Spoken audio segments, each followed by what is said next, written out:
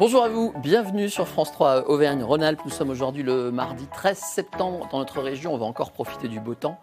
Tant mieux pourvu que ça dure encore un petit peu. Aujourd'hui, programme alléchant. Vous allez voir, on va parler d'un fait de société. Les chefs d'entreprise ont parfois besoin d'être soutenus. On y vient dans un instant. Mais d'abord, je voudrais vous rappeler une chose importante. Si vous avez envie d'écouter cette émission, c'est possible grâce au podcast que nous vous préparons quotidiennement.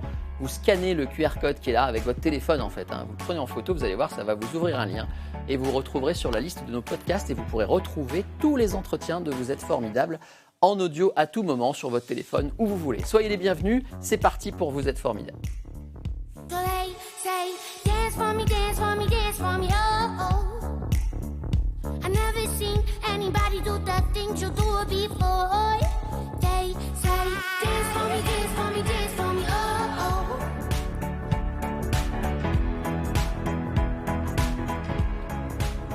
Bonjour Guillaume Bourdon. Bonjour Yannick. Soyez le bienvenu dans Vous êtes Merci. formidable. Avec vous, on va parler des chefs d'entreprise. D'ailleurs, on n'en parle pas si souvent que ça et pas toujours en bien. Donc, on va essayer de rectifier un peu la donne et de parler de leur quotidien. C'est pas toujours facile. Vous êtes président d'une association qui s'appelle Second Souffle à Lyon. Quel est son objet en fait? Quel est votre rôle dans cette histoire de chef d'entreprise? Nous, notre mission, elle est triple. C'est rompre l'isolement, parce que l'entrepreneur, quand il rentre en difficulté, il va un peu se scléroser, il va devenir un peu stressé, il va disparaître de notre environnement économique. Donc on a besoin de le sortir de cet isolement. C'est organiser un petit peu le chaos qui arrive à ce moment-là, et c'est l'aider à trouver ce second souffle qui lui permettra de passer des étapes. En fait. Alors, vous avez accompagné quelques 300 entrepreneurs. Vous êtes de nombreux bénévoles, c'est ça? 90, ouais. 90 bénévoles. Et en gros, vous leur, je ne sais pas si vous m'accordez cette expression, vous leur donnez de l'air, quoi. Il y a un moment où c'est trop dur. C'est un appel d'air dans une période où il y a une tempête un peu violente. Pour essayer de calmer cette tempête, justement, de leur montrer qu'ils ne sont pas seuls, qu'il y a d'autres chefs d'entreprise qui ont vécu ou pas, mais qui sont très sensibles à à cette activité, et qui vont les accompagner pour leur faire part de leur expérience, leur faire profiter de leur réseau, de leur ouverture, pour les aider à passer ce mauvais cap. Quelles sont les difficultés, on va commencer comme ça, les plus courantes que rencontrent les chefs d'entreprise? Vous avez face à c'est des problèmes, comment dirais-je, de psychologique, de pression ou des problèmes de gestion économique? Qu'est-ce qui vient en premier? Ces deux sujets concomitants, en fait, il y a une partie, effectivement, économiquement, on a trois sujets qui reviennent régulièrement. C'est des problématiques de trésorerie, des problématiques de développement commercial. On va y revenir parce que c'est assez symptomatique d'une typologie d'entreprise. Ouais. Et une problématique de business model qui, par ces temps où ça va très très vite, n'ont pas forcément le temps de s'adapter justement et se retrouvent en décalage et à partir de là, tout va déraper. Alors allons-y dans le détail parce que là vous avez employé des mots que tout le monde ne comprend pas au quotidien. Vous parliez de problèmes, comment dirais-je, de stratégie commerciale, c'est ça? Ah oui, on a vécu 2 ans un petit peu complexes et il y a pas mal de commerçants ou d'entreprises lambda qui avaient des business models adaptés avant le Covid et après la Covid, ça ne correspondait plus, quoi.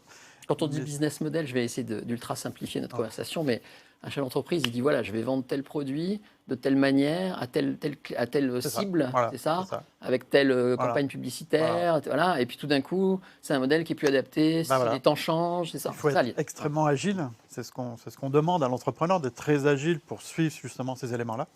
Et s'il ne peut pas, ou si on lui impose quelque chose qui ne dépend pas de sa volonté, potentiellement, s'il n'a pas la capacité de recul, la lucidité nécessaire pour faire un virage, il peut se retrouver dans une situation beaucoup plus complexe. Parce que souvent, en fait, ce chef d'entreprise, on ne s'en rend pas compte, il est bien seul.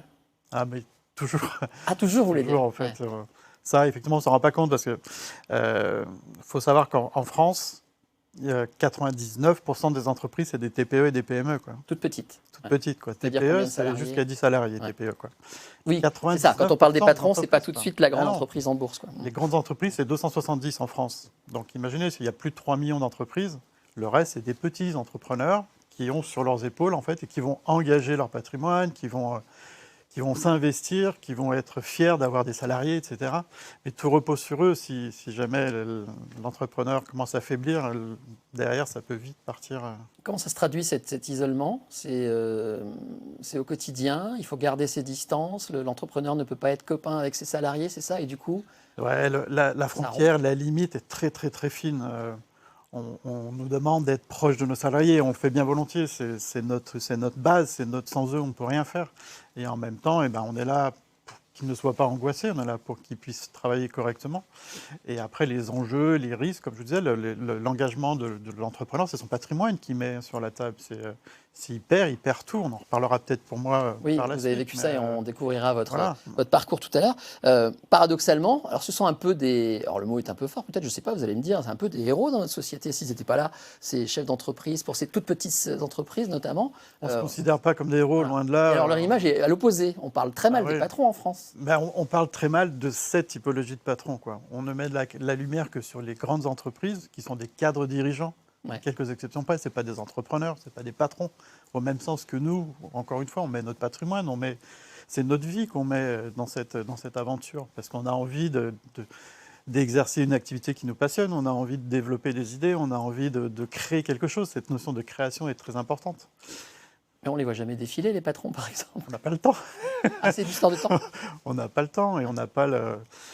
On court toujours après quelque chose. C'est aussi notre difficulté à nous, associations, c'est que l'entrepreneur fasse signe en disant « j'ai besoin d'aide, aidez-moi », c'est très compliqué parce que de 8h à 20h, il va faire son job du quotidien. Après, il faut qu'il fasse la partie administrative, qu'il réfléchisse à autre chose. Et il faudrait en plus qu'on lui dise « lève la main quand ça ne va pas, on est là pour t'aider ». Enfin, il y a une petite fierté quand même, non ?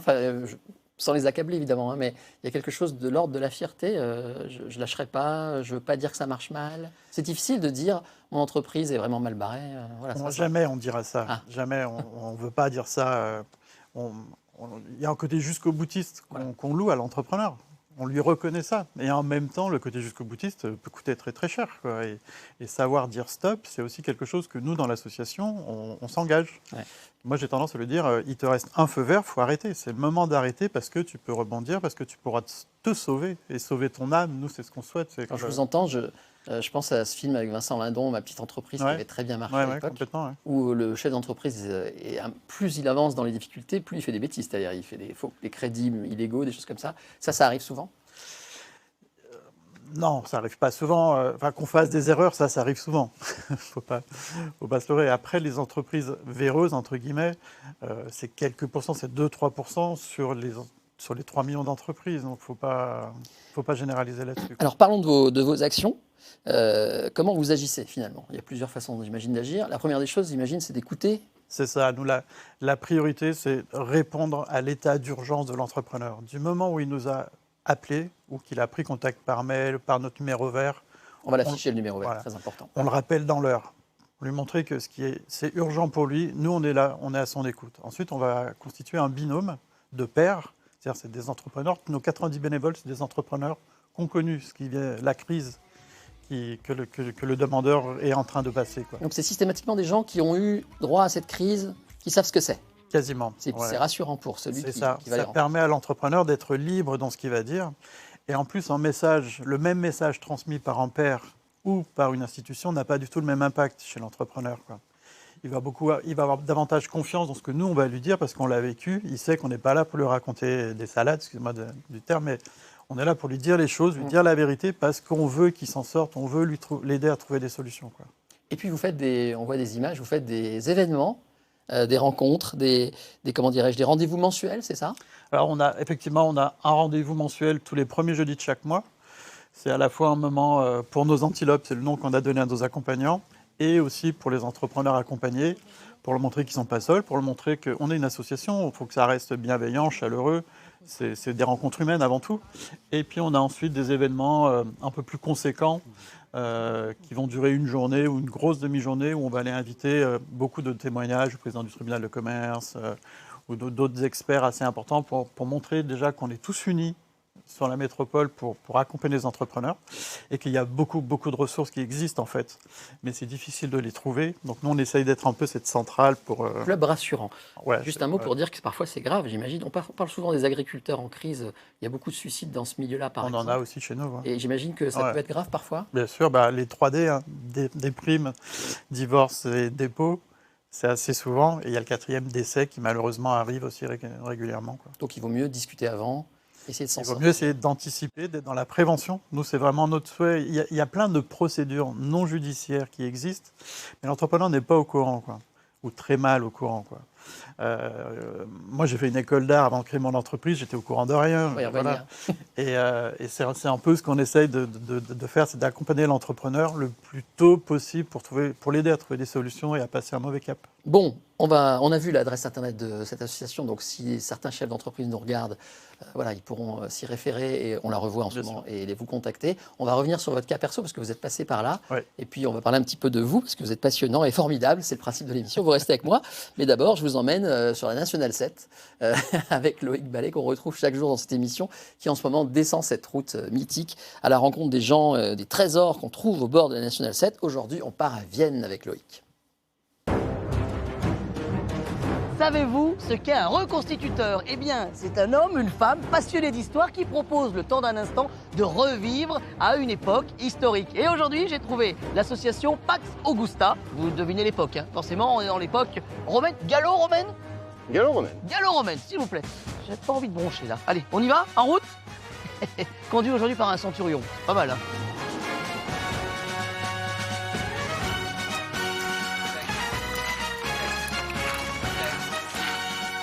C'est impressionnant, hein? Alors juste, qui est Thibaut dans la bande? Arda. Thibaut, c'est mon option. D'accord. Ah, vous êtes le légionnaire. Je suis le centurion. Pardon, centurion. Et eux, ce sont les légionnaires.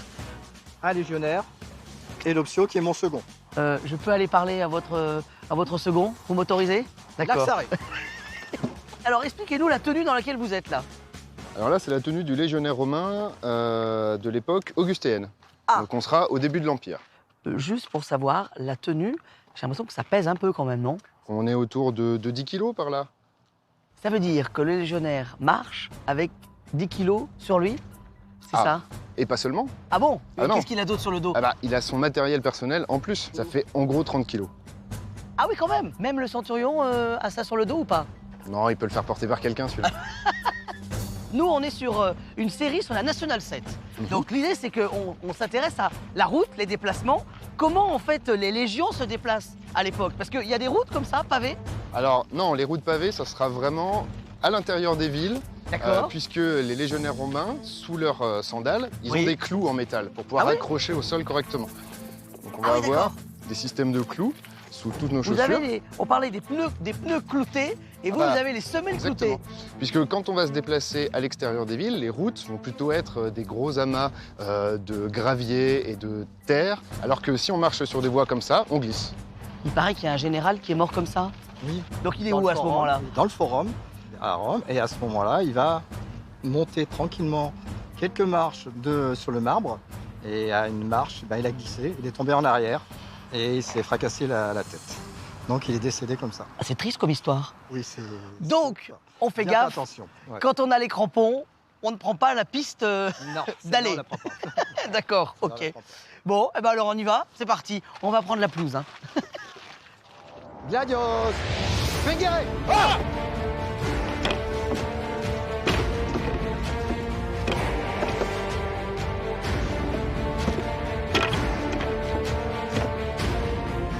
Qu'est-ce qu'on essaye de vivre quand on se met dans cette tenue? Il y a ce côté de vouloir découvrir une époque différente. Ouais. C'est vraiment le ressentir le poids du matériel. On est dans un musée archéologique à Saint-Romain-en-Galles où ici il se passe des vraies rencontres, dans le sens où il y a des centaines de reconstituteurs qui viennent se voir. Alors qu'est-ce qui se passe pendant ces Exactement. rencontres? Il y a les journées gallo-romaines où il y a plusieurs centaines de reconstituteurs qui viennent, D'accord. donc qui montent différents campements avec différentes époques pour avoir Et les alors, deux modes de vie Vous différents. vous tapez toujours dessus ou pas? Exactement. Ouais, c'est. Non, il y a un moment où vous faites la paix le soir quand même. Oui, D'accord. oui. Dans le Ça temps, reste de la autour- reconstitution. autour d'un verre. En tout cas, le petit garçon que je suis vous dit merci parce que là, moi j'ai vécu un moment de rêve. Je l'ai rêvé tout petit et là je l'ai. Il n'a pas essayé la Côte de Maille. Peut-être d'ici vendredi. En tout cas, vous avez rendez-vous avec Loïc vendredi à 9h pour voir l'intégrale de ces promenades en vadrouille. On va maintenant, je vais vous proposer un bon moyen de détendre peut-être quelqu'un stressé, un chef d'entreprise. On va voir si ça correspond, si ça peut vous aider. On va se rendre du côté de là où se trouve Antoine Audet, qui est en direct avec nous quelque part. Bonjour Antoine. Bonjour Yannick. Où est-ce que vous êtes exactement? Eh ben, écoutez, je me situe en Côte-Rôtier. Donc, un peu en dessous de Vienne, là où vous étiez juste à l'instant. Ouais. Donc on continue sur la National 7 et on va sortir sur la sortie Ampuis et arriver à Ampuis, Condrieu, Tupin et Semont en Côte-Rôtie. Alors pourquoi vous êtes là en fait? Tout simplement parce que vous allez nous parler d'une opération que vous avez montée qui s'appelle Wine and Ride, qui veut dire vin et vélo, on va dire ça comme ça. C'est une opération qui a lieu tous les jours d'avril à novembre. Vous invitez les gens à pédaler ou à boire? J'aimerais comprendre. Eh ben, c'est un peu des deux. En fait, ce que je vous propose, c'est de partir à vélo à la découverte des vignerons, mais également des producteurs et des artisans locaux. Découvrir le patrimoine, tout ça à vélo, avec des vélos électriques, partir dans le parc naturel du Pilat. Et justement, en profiter pour lier un peu le sport, en mobilité douce, mais surtout, ce sont des vélos électriques, donc ça reste très accessible à tout le monde. Ouais. Et puis d'aller découvrir donc, les producteurs, les artisans, voir un peu ce qu'ils produisent. Comme j'ai l'habitude de dire, en fait, on a Lyon qui est la capitale mondiale de la gastronomie. Et si elle est capitale mondiale de la gastronomie, c'est bien parce qu'autour, on a également des producteurs et des artisans d'exception qui font des très bons produits que je vous invite à découvrir. Alors, comment ça se passe pour les vélos? Vous l'avez dit, ce sont des vélos assistés, électriques. Quand on s'inscrit, vous fournissez des vélos? Voilà, alors il y a deux possibilités. Soit vous avez votre propre vélo électrique, auquel cas vous pouvez venir avec. Soit sinon, vous pouvez prendre une formule comprenant, disons, le vélo électrique. Ça se passe comment concrètement? C'est je sais pas, c'est un week-end, c'est une journée? Alors non, vous appelez, puis selon les disponibilités, en fait, moi je vais vous proposer donc soit de partir à la demi-journée, soit de partir à la journée complète. Et lorsqu'on part à la demi-journée, grosso modo, c'est 4 heures de temps, de 8h à midi ou de 14h à 18h. Si on part à la journée complète, donc là, on va partir aux alentours des 8h du matin pour revenir vers 16h30, 17h. Et donc, oui, le principe, j'ai bien compris, c'est qu'on fait des haltes, on visite et on goûte aussi. Il y a les deux. Exactement, exactement. Ouais. On va découvrir un peu le métier du producteur. Vraiment, c'est l'échange qui prime. Comme j'ai l'habitude de dire, avant de partir à la rencontre d'un produit, on part vraiment à la rencontre d'une personne, quelqu'un qui est passionné. Et c'est parce qu'ils sont passionnés qu'ils sont passionnants. Et c'est parce qu'ils sont passionnés qu'ils vont faire des produits d'exception. Très bien. Bien sûr, donc on va parler, on va échanger beaucoup. Mais enfin, il faut déguster également. Il y a un moment, il faut pédaler. Qu'est-ce que vous allez visiter? Il y a plein d'endroits qu'on pourrait citer. Parlez-moi un petit peu des appellations que vous allez voir ou des lieux que vous allez visiter pour finir. Oui, alors le vin, on va y venir à la fin parce que c'est plus en fin de tour, du coup, vous l'aurez imaginé. Maintenant, en fait, on va découvrir, par exemple, il y a une ferme que j'aime beaucoup, qui est la ferme de l'Outre, qui font un travail très humain. Et ils font notamment la vache au bras, qui est le cochon type Gascogne. Maintenant, il y a également la ferme du Moulin des Chartreux à Sainte-Croix-en-Jarret. Sainte-Croix-en-Jarret, qui est d'ailleurs un des plus beaux villages de France et qui se trouve donc au cœur du Pilat. On a également la brasserie La Petite Mousse, la brasserie du Pilat. On a également beaucoup de producteurs, d'artisans. Et au niveau des vignerons, en fin de journée, donc on est en Côte-Rôtie. En Côte-Rôtie, on va trouver donc il y a la Côte-Rôtie donc avec sa fameuse côte brune, côte blonde. Mais il y a également l'appellation Condrieu juste à côté et Saint-Joseph qui commence juste après Condrieu. Bon, c'est super. Merci de nous avoir fait connaître cette initiative. Donc, on a affiché votre site internet. On peut voir, mon réalisateur Denis Milan ne va pas être content, mais je peux vous demander de nous montrer où vous êtes, un petit coup d'œil, attrapez votre... Allez, on se fait un petit plaisir. Oh là, attention, ça bouge, pardon pour l'image. Voilà, c'est parti. Désolé. Montrez-moi le paysage et on va vous laisser là-dessus. Voilà, ça fait toujours plaisir. Je vais vous montrer un peu. Il fait beau. Voilà, on est en direct. Mur qui date de 2500 ans. Ah, ça donne envie. Merci beaucoup, Antoine. Passez une bonne journée. Voilà, je vous en prie. Et doucement sur le vélo. À bientôt. Vous faites du vélo électrique? Bien sûr. Luc. Ouais, c'est vrai. Préférez. Bon, je vous pose pas la question. Restez avec moi. On va retourner tous les deux dans le salon et on va enfin découvrir votre parcours. Mais d'abord, pour y retourner, je vous propose de voir la photo indice du jour. Vendredi, j'aurai en direct avec moi le maire d'une commune. Regardez cette photo. Il s'agit pour vous de déterminer quelle est cette commune. Vous pouvez jouer en vous rendant sur les sites Instagram de France 3 Alpes, France 3 Auvergne et France 3 Rhône-Alpes. Et vous avez des possibilités, des choix. Je vous signale juste que cette peinture à l'huile sur toile a été réalisée entre 1930 et 1950 par un peintre qui a été accueilli et hébergé dans cette commune. Donc si ça vous inspire, tentez sur Instagram de nous faire des propositions. Et vendredi, on aura la réponse avec le maire. Guillaume, vous êtes de Villefranche-sur-Saône. Oui. Donc c'est là aussi une belle partie de notre région.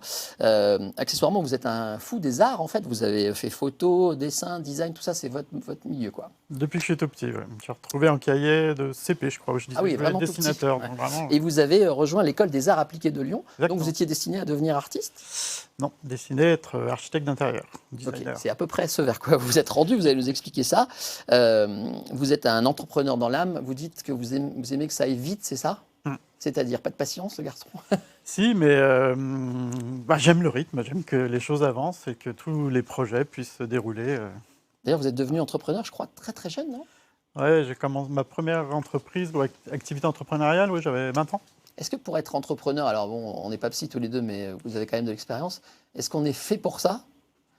Est-ce que c'est un état d'esprit qu'on a en soi? Je pense qu'on peut avoir une certaine facilité à être entrepreneur. Ouais. Après, c'est une histoire de posture, mais par contre, tout le monde ne l'est pas, ou en tout cas, ça peut demander du temps pour devenir Tout le entrepreneur. monde peut le devenir ou il faut Tout le avoir de monde peut le l'argent? devenir, Non, tout le monde peut le devenir. Tout le monde peut le devenir, Ouais. c'est vrai ce mensonge? Oui, c'est vrai. C'est vrai? C'est vrai. Bon, c'est bon à savoir. Vous êtes devenu concepteur et ergonome. Alors vous écrivez ça, ergo homme, Ouais. concepteur qui imagine et réalise des choses, identifie les besoins et apporte les ressources du design les plus adaptées. Alors vous allez m'expliquer, qu'est-ce que vous faites dans la vie? En fait, nous, on est convaincus avec mon associé que le travail est utile s'il a du sens pour les salariés et pour l'entreprise. Ouais. Et donc, nous, on va chercher ce sens avec 3 domaines qui sont la partie design stratégique, design management, c'est-à-dire comment on va embarquer ces équipes, et design d'espace, comment on va Design vivre ensemble. du management. Ouais. C'est là que je vous suis plus. Concrètement, ça veut dire Le quoi? design, c'est un mot global, en fait. C'est surtout des process, des méthodes et un état d'esprit qu'on applique ensuite à différents environnements. La stratégie, le management et l'espace. D'accord. Et donc, vous êtes sollicité par les entreprises régulièrement pour améliorer le quotidien, en fait, c'est ça? Pour donner du sens, affiner une vision. Dans les moments actuels où ça bouge très fort et qu'on ne sait pas trop ce qui va se passer dans les mois à venir, c'est important d'avoir un cap. Donc on les aide à nommer ce cap, on les aide à accompagner leurs équipes là-dessus et à vivre ensemble. Bon, Une fois je que crois tout est avoir à peu défini. prez compris. Vous aimez les relations simples entre le beau, l'utile et le juste. J'adore cette formule. Elle est Alors- Frank Lloyd Wright, elle n'est pas de moi. Elle n'est pas de vous, mais Non. vous l'avez adoptée, c'est Mais on l'a votre adopté. philosophie. Oui. Venons-en à ce que vous avez vécu, puisque je disais tout à Ouais. l'heure, vous savez de quoi vous parlez. Vous-même, vous avez connu des difficultés, racontez-nous. Le 12 mai 2012, j'ai liquidé mon entreprise que j'avais créée en 97.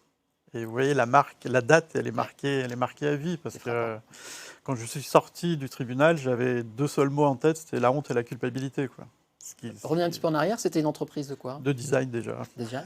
Qu'est-ce qui s'est passé pour vous mener à cette date fatidique? Il s'est passé une succession d'erreurs que j'ai faites depuis la création. Encore une fois, moi j'ai fait une école d'art, j'avais aucune formation préalable pour créer une entreprise. J'avais cette envie, j'y suis allé et puis j'ai cumulé des bêtises, plus la fin de la crise de 2008 où j'avais changé de business model et puis après j'ai pas pu le tenir. Plus des rapports humains avec des associés compliqués, plus tout un tas de choses. Mais j'étais le garant, j'étais l'entrepreneur qui avait engagé son patrimoine et qui était responsable. C'était Donc, c'est moi qui payais. comment dirais-je, des erreurs. J'imagine que vous avez fait le bilan tiré Ouais, plein bien sûr. C'était des erreurs de jeunesse, comme on dit, ou c'est un passage par lequel tout chef d'entreprise passe, c'est-à-dire qu'il apprend au fur et à mesure et qui peut se planter. Il y a ça déjà, c'est-à-dire que tout le monde, quand on a appris à marcher, on est tombé. Une entreprise, c'est pareil, on ne la réussit pas instantanément. Il y a des étapes, il y a des choses, des expériences à vivre.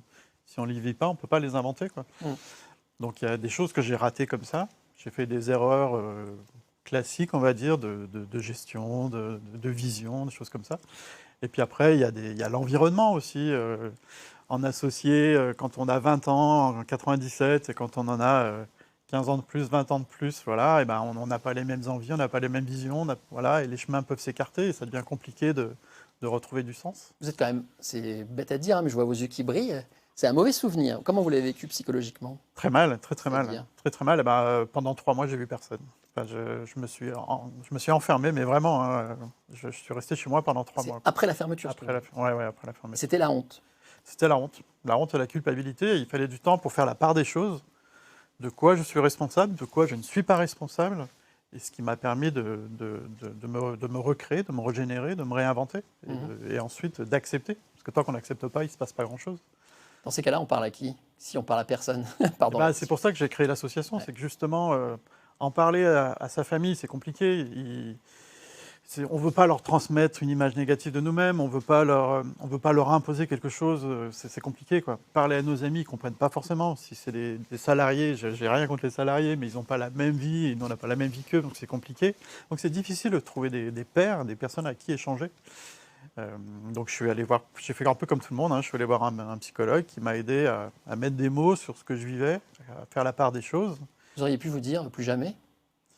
Ouais, mais non. Enfin, Un petit côté masochiste, quand on se remet de la pression. On y non, mais retourne. parce que j'ai compris ce que ça a été passé. Je dis, alors je vais refaire des bêtises, hein, je vais refaire des erreurs certainement, mais j'ai compris tellement de choses que j'avais envie de poursuivre et de voir si ça pouvait réussir.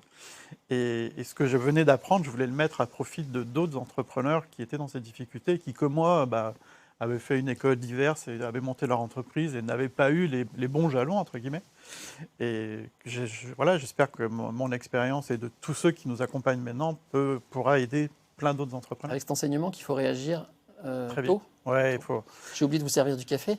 Vous Non, voulez un je petit prends un café? petit peu. J'ai une dernière Après. question à vous poser. On va finir sur quelque chose de très positif. Vous êtes passionné de bulles et de reflets. Ouais. Et alors vous créez, et je crois qu'on a des images, je voudrais bien qu'on voit ce que vous faites. Et pendant que je vous sers votre café, dites-moi, vous êtes un artiste finalement, on y revient. J'ai pas fait une école d'art pour rien, hein, donc j'ai toujours cette âme. Ce que je fais, j'appelle ça des self-worlds. Ah. En fait, il y a les selfies. Vous aimez bien les anglicismes.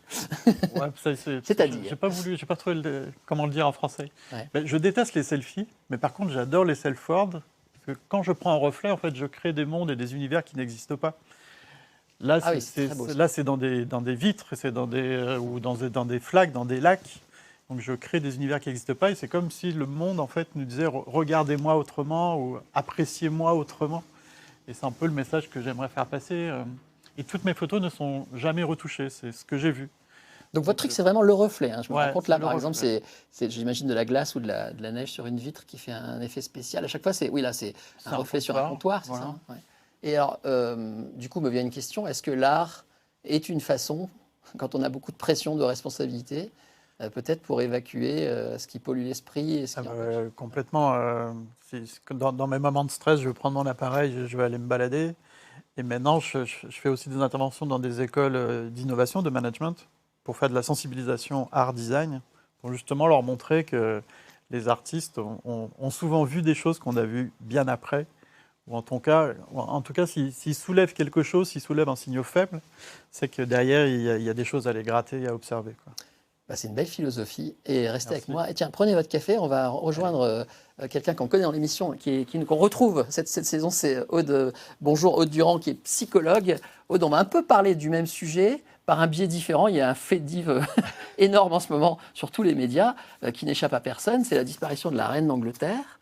Et alors, j'ai remarqué, on est très tous touchés.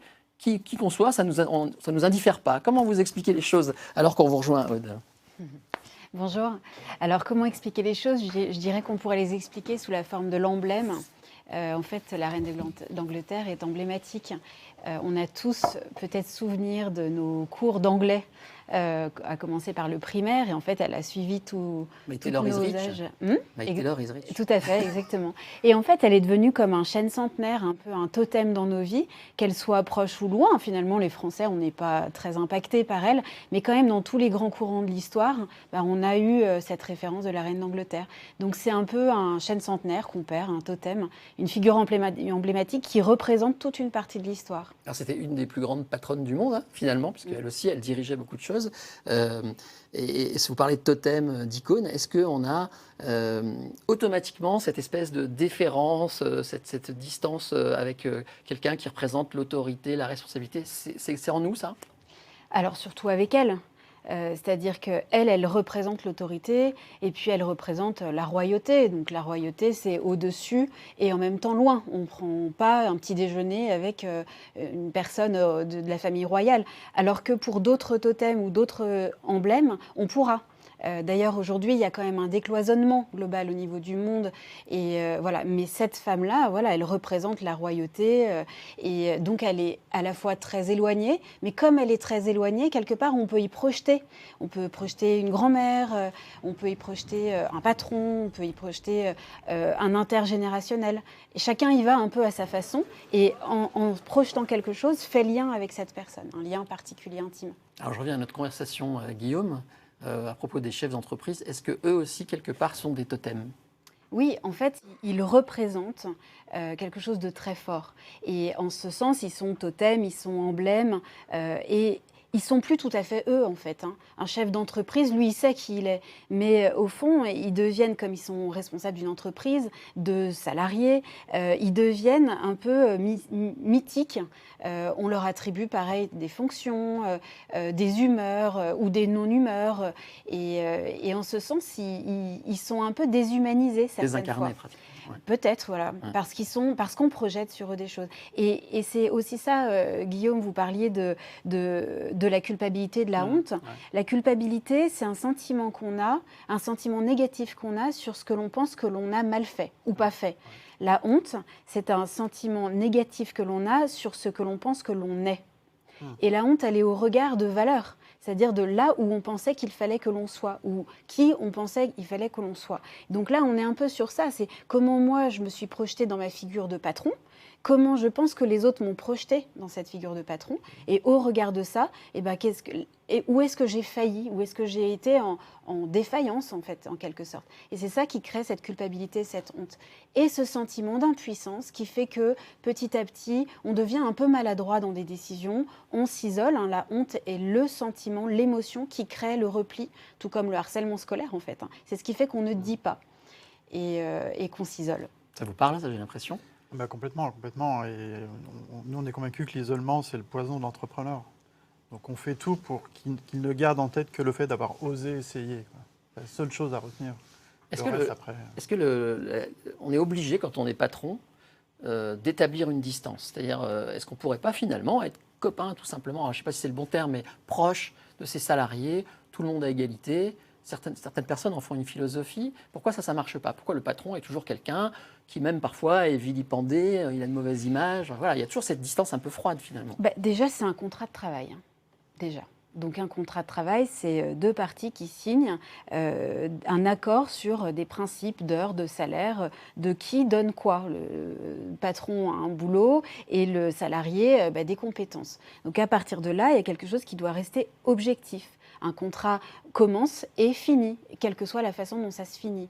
Et à partir de là, si on considère toujours ça, OK, pour rentrer dans des relations qui seraient affectives. En fait, on ne peut pas être dans une relation qui est totalement désaffectivée. Mais on garde toujours en tête, et le patron et le salarié, qu'il y a ce contrat qui lie. Sans ce contrat, il n'y aurait pas de lien.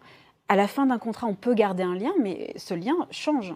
Et c'est ça qui fait ce qu'on appelle la bonne distance. C'est-à-dire qu'on peut être en lien affectif, j'entends, d'une solidarité. En fait, c'est aussi ça un contrat. C'est un lien de solidarité. On est lié par un contrat, sans rentrer dans des enjeux ultra affectifs dans lesquels chacun va projeter son histoire personnelle. Est-ce qu'aujourd'hui, vous avez changé votre manière alors, je ne sais pas si vous avez des salariés, je ne vous ai pas posé la question. Vous avez des salariés ? Plus de salariés. Si vous en aviez de nouveau, vous changeriez votre manière d'être vis-à-vis d'eux ? Vous leur parleriez de vos problèmes avant qu'ils arrivent ? Je pense que je n'en veux plus parce que je n'ai encore pas répondu à cette question. Ah oui, vraiment ? Ouais. C'est-à-dire que vous avez souffert de la relation salariée ? Vraiment, parce que j'ai été... ça fait une grosse zone d'incompréhension de leur part, de la mienne, quand on est dans une situation très très complexe. Et j'ai pas su gérer leurs émotions. Ils n'ont vraiment pas su gérer les miennes. C'est pas ce que je leur demandais, mais en même temps, ils ne savaient pas réagir à mes émotions. Et ça a été extrêmement douloureux. L'expression est forte. C'est-à-dire, j'ai pas su gérer l'émotion de mes salariés. C'est là qu'on se dit, c'est un rôle énorme. Est-ce qu'on a à gérer les émotions de ces salariés. Là, on rentre dans la question de l'intelligence émotionnelle. Et effectivement, aujourd'hui, encore plus parce que, vous le disiez, c'est volatile, hein, ce monde VICA, comme on le dit beaucoup, qui est volatile, qui est ambigu, qui est changeant, qui est complexe, il n'y a pas une réponse. Et la figure emblématique, elle pense qu'il y a une réponse. Et c'est là que c'est très important d'entrer dans la formation de l'intelligence émotionnelle, à la fois pour le patron et aussi pour les salariés, pour dire en fait, on n'a pas à gérer, on a à essayer de contenir les uns et les autres, déjà de se contenir émotionnellement soi-même. Et le patron n'a pas, il me semble, hein, c'est pas sa responsabilité d'apprendre à ses salariés à se contenir émotionnellement. Sauf que il y a beaucoup de salariés, parce qu'on est tous adultes et tous... Ben oui, parce qu'en fait, on est tous un peu en difficulté à certains moments de nos existences. Et c'est le principe de l'itération. Dans les petites structures, on est proches, on connaît tous de la vie des uns et des autres. C'est pas simple. Hein. On se rend compte que c'est pas simple, que c'est forcément de la pression. Merci beaucoup, Aude. Vous revenez bientôt avec d'autres sujets. Nous, on va retourner au canapé pour retrouver le dernier invité que vous avez choisi de faire venir dans cette émission. Avant cela, regardez cette adresse Internet si vous voulez poser des questions à Aude ou à n'importe qui de l'émission. Si vous voulez participer avec nous, n'hésitez pas à utiliser cette adresse Internet. Vous êtes formidable avec un S. Aura comme Auvergne-Rhône-Alpes, @francetv.fr. Voilà, nous voici en place pour accueillir notre dernier invité. Alors, quelqu'un que vous connaissez bien, qu'on va tout de suite demander de nous rejoindre, c'est Laurent Pillot qui vient partager le café avec nous. Bonjour Laurent. Bonjour. Installez-vous, prenez le fauteuil de l'invité. Vous connaissez déjà Guillaume. Alors Laurent, vous êtes là pour nous parler de la ligne Vertuose. On va parler de meubles, hein, c'est ça ? Oui, entre autres. Je vais peut-être commencer par vous. Pourquoi vous avez voulu parler de la ligne Vertuose ? Allez-y, expliquez-nous. Parce qu'en fait, ils ont une baseline qui s'appelle « Il y a des chutes qui permettent de... » Quoi, pardon ? Une signature. Comment vous avez dit ? Baseline. Baseline. Ouais.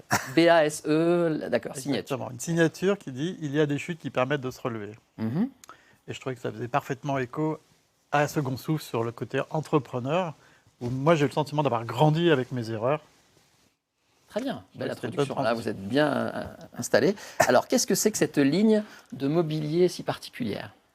Pour rebondir sur ce que vient de dire Guillaume, c'est plus qu'une signature, c'est vraiment une conviction. À la ligne Vertuose, on est convaincu qu'il y a des chutes qui permettent de se relever et on a une double vocation. La première, c'est l'insertion.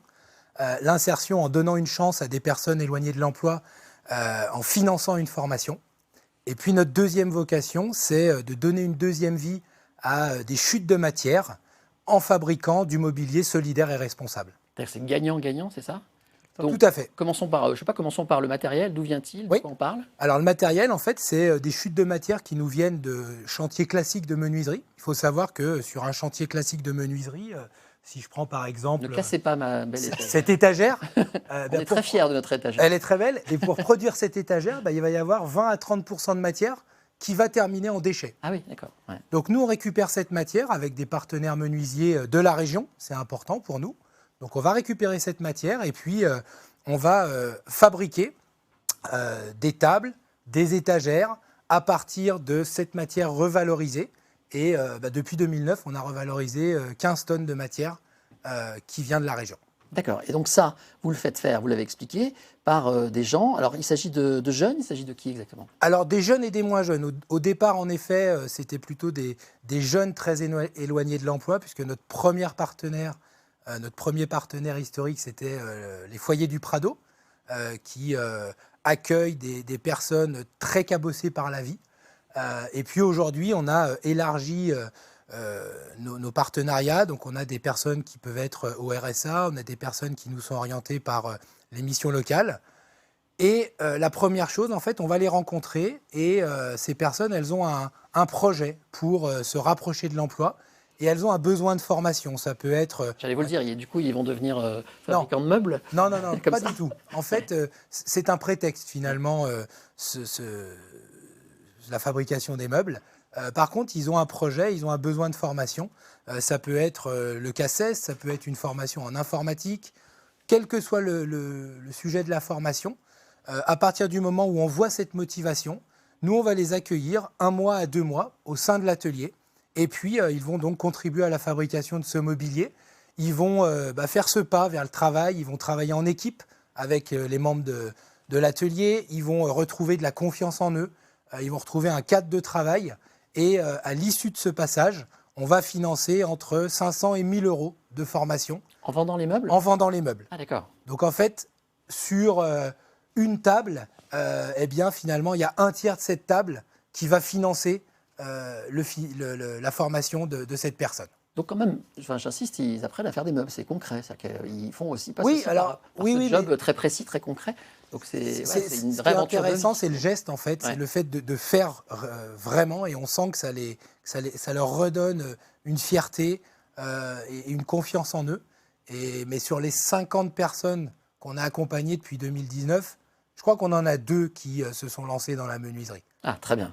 Ok. Donc, c'est Alors pas- qui achète, pour finir, parce qu'il nous reste une minute, qui Oui. achète ces fameux meubles? Alors, des entreprises qui ont décidé de refaire leur bureau, leur salle de réunion, des architectes d'intérieur ou des aménageurs pour leurs clients, et puis parfois des particuliers qui veulent avoir une nouvelle table à manger, une bibliothèque ou un bureau. C'est-à-dire que si on vous contacte, la ligne vertueuse, on peut faire un meuble dans ces conditions-là, Oui. en connaissant l'histoire de ça. Et alors, pour le coup, si on est une entreprise, du coup, c'est encore une fois gagnant, c'est que l'entreprise a elle aussi, l'entreprise cliente, Oui. une démarche vertueuse. C'est ça. Exactement. Nous, ce qu'on souhaite, c'est vraiment transformer ce cercle vicieux en ligne vertueuse. Et on essaye d'ailleurs de faire en sorte que la personne qui a fabriqué soit présent lors de la livraison et Ah qu'il y ait oui. aussi ce lien avec les clients. Et pour nous, c'est important de faire ce lien. C'est magnifique. Un petit commentaire pour terminer sur la ligne vertueuse. On peut dire Ah, que c'est... moi, je suis fan. Donc, Hein, c'est ouais. vraiment, il n'y a rien d'autre à dire, c'est Voilà. très très bien. Bravo, félicitations, la ligne vertueuse. Merci à vous d'être venu nous en parler. Merci. Et on va vous commander des meubles, on va voir ça. On peut toujours rajouter un petit quelque chose. On va y penser. Merci à vous deux en tout cas. Merci beaucoup. Merci encore Guillaume. Longue vie à Second Souffle Lyon. Vous avez bientôt un rendez-vous, je crois, en novembre, de nouveau pour réunir. C'est ça, tous pour ceux qui veulent. relancer une opération qui s'appelle Boulder. Très bien, on aura aussi l'occasion d'en reparler, j'espère. Merci à vous de nous être fidèles. On se retrouve demain avec Marie-Victorine Manoa, chef lyonnaise. Bonne journée sur France 3.